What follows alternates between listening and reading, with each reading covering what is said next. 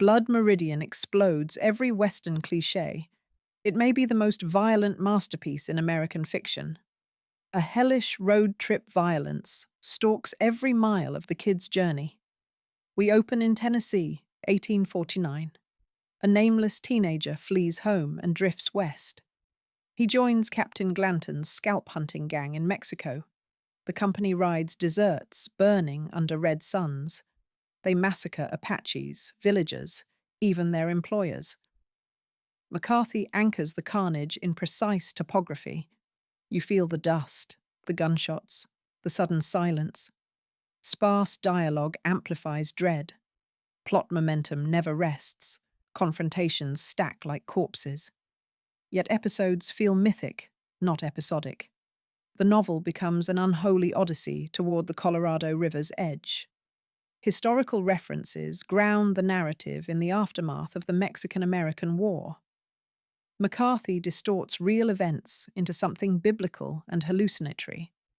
Sunsets turn purple, rivers run with entrails, and lightning feels like divine censure. The landscape works as a character, indifferent, yet always judging. Occasional campfire, calm, only sharpens the next eruption. Every forward motion feels like falling deeper into cosmic night. By midpoint, escape appears impossible for characters and readers alike. Every scene feels painted in dust, sweat, and arterial spray. Philosophy of blood. Judge Holden embodies pure amoral intellect. He argues war is the only human truth. The novel therefore explores fate, free will, and manifest destiny. McCarthy offers no soothing moral frame. Violence is presented as cosmic law, older than stars. Even the kids' rare mercies feel futile. The judge comments, records, then destroys, like a gleeful historian. Critics see echoes of Nietzsche, Hobbes, and biblical wrath. Yet the philosophy stays ambiguous, resisting easy essays. Dialogue often shifts into courtroom rhetoric, forcing readers to weigh each claim. The kid seldom answers, which deepens tension. Evil here is rational, articulate, and charismatic. By refusing authorial judgment, McCarthy implicates us in the spectacle. We become complicit spectators at a ritual older than myth. The question lingers, is humanity doomed to reenact the dance? The final pages refuse closure, leaving only desert wind. Some readers label the work nihilistic, yet that word feels too small. McCarthy instead shows a cosmos vast enough to dwarf morality itself. In that vacuum, the judge claims dominion through endless conflict. Whether we resist or submit remains the novel's unanswered prayer. Scholars also note Gnostic echoes, where material reality traps divine spark. Holden may represent the archon sealing that prison, yet McCarthy never confirms any system, only widening the abyss.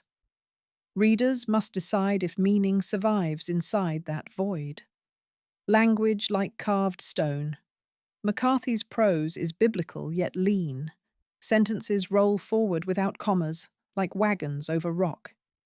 He avoids quotation marks, merging speech with thought. The effect creates relentless momentum.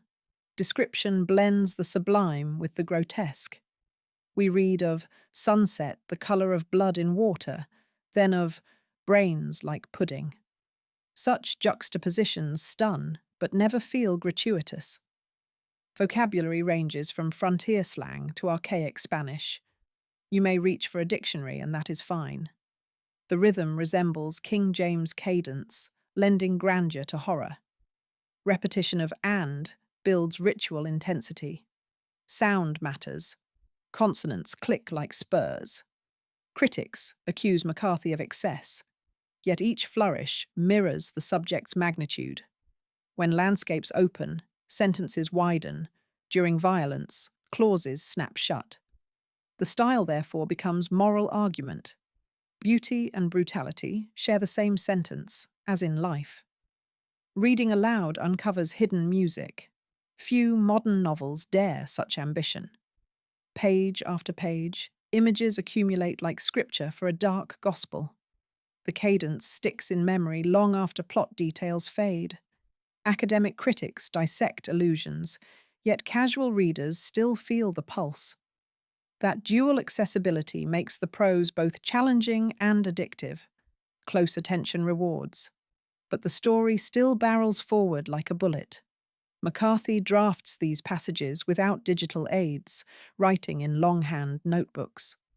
That tactile process perhaps explains the text's sculpted density. Each revision sands a phrase until it flashes like flint. Students of craft can learn pacing simply by scanning his paragraphs. Notice how calm description always precedes catastrophe, heightening shock. Should you read it? This book will haunt you. If extreme violence repels you, walk away now. Skulls crack, bones burn, children die on the page. Yet the horror serves a wider vision. Fans of westerns will recognize frontier tropes, but McCarthy drags them into nightmarish grandeur. Literary readers will savor philosophical depth and stylistic daring. The novel rewards slow reading, annotations, even rereads. Audiobook listeners should note the dense vocabulary. Beginners might start with McCarthy's All the Pretty Horses first. Still, few novels match Blood Meridian's audacity.